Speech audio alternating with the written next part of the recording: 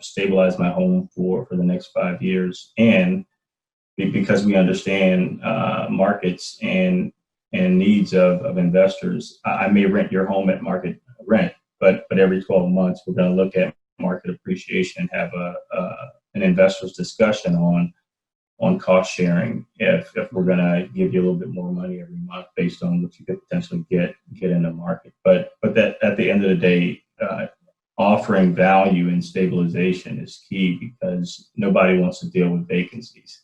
That's money down the drain, and that becomes a big part of why this becomes a gold mine for homeowners. Yeah, and like, when it comes to the return, like money wise, because again, when you rent stuff, when you rent the rooms, the apartment, the houses, short term, let's say for a day, how much is approximately? Because let's say if I have a like, let's say apartment for rent is $850. So if the same apartment is going to be rented for like day-to-day basis, like for 2 days, 3 days, like how much is that going to be? Let's say if it's a nice, nice apartment, city center, somewhere, like, I don't know, pick a state, like any state, of course it's going to depend like which state and like, but what city, but how much is that going to increase, like percentage wise, like on the return that I'm getting from rents? Is that gonna, because again, when you rent, like, because you mentioned the vacancies, when you rent for like every single day, is there the vacancies? Because I thought like the vacancies will definitely increase, because I mean, you always have to fill up with people, and there's already, you put a lease in place for 3, 5, 6 months, a year, and this person is going to be living there for a year. Like maybe he's going to move out in the process, who knows? But he's always there. But in this case, like people come in for 3 days and they move out, and like, so my concern, because the vacancy will go up, but you're saying is opposite. Right. So I think the part that we missed was homeowners get market rent. So in a sense, they get that every month. So I am their long-term tenant. Mm-hmm. So I am stabilizing their unit by giving them rent regardless of if I make profit doing the business or not. Oh, okay, got it. So the vacancy that comes along with short-term rentals, that's solely on me in the business. So if I have, in worst case scenario, if I'm occupied 50% of a month, then I may not meet my monthly profit margin expectations, and I may eat the cost. But either way, the homeowner will get rent on the first of the month every month for the duration of the agreement. Now that becomes a scary proposition for some.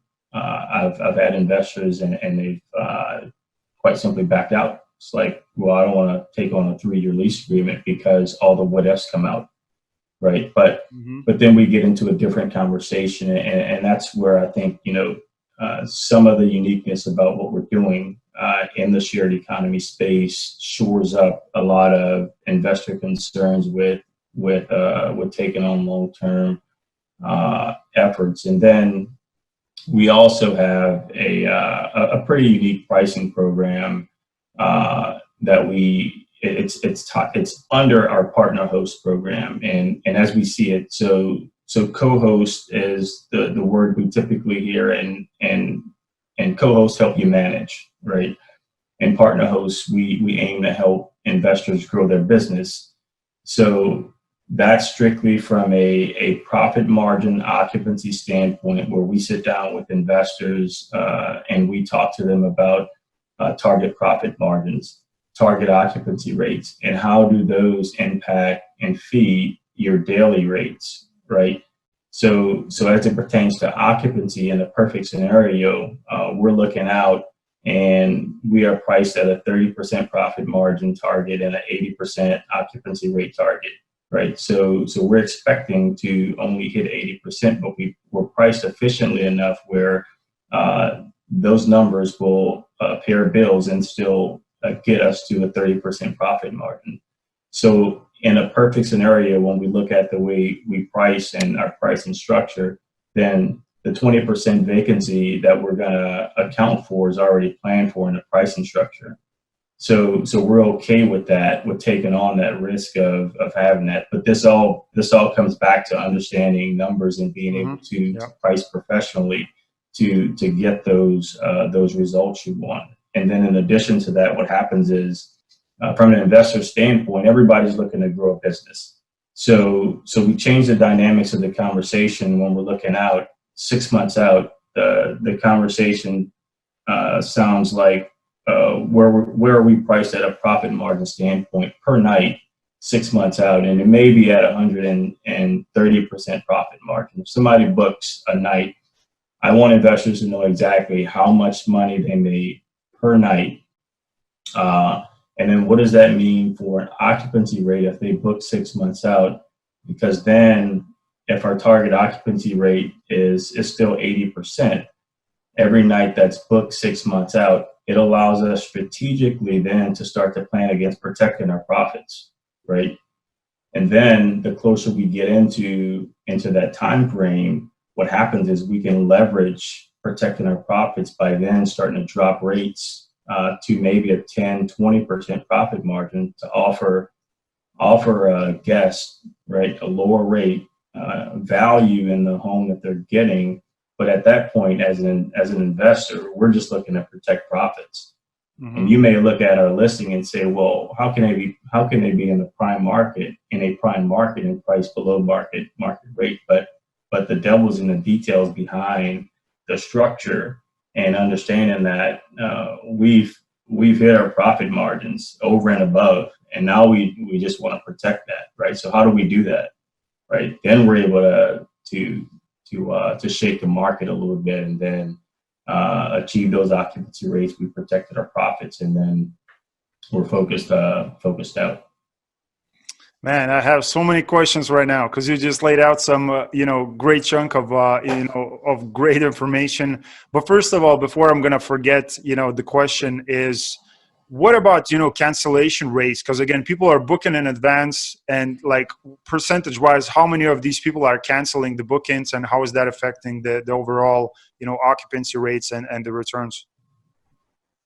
Yeah, great question. And quite honestly, I don't see many cancellations, honestly, only in the Columbus, Georgia market where I currently am. And that's just due to military families that are coming in for graduations. There are last minute changes sometimes with the schedules, and that causes a cancellation. But 9 times out of 10, those families will rebook on different dates as those dates change. But otherwise, I'd probably say less than 1%, even across all the different states and cities that we operate in. Very, very low cancellation rates. And in most cases, we have a moderate to strict cancellation policy. So anywhere in a 7 to 14 day window gets you penalized in most cases if you decide to cancel. Got it. Okay. So again, by putting systems and everything in place, you protect yourself from that happening. So what about, who makes the decision? Is it yourself or the owner? And what's the process of making a decision, like how much you're going to charge per night on the unit? Is there some sort of a Airbnb comms that you can take a look at what somebody else is renting? Like, what's the process? Yeah, so for us, again, like this becomes a matter of understanding your numbers, and it all starts with understanding how much it costs you to operate your unit on a monthly basis. So we've got this pretty unique calculator, pricing tool that we built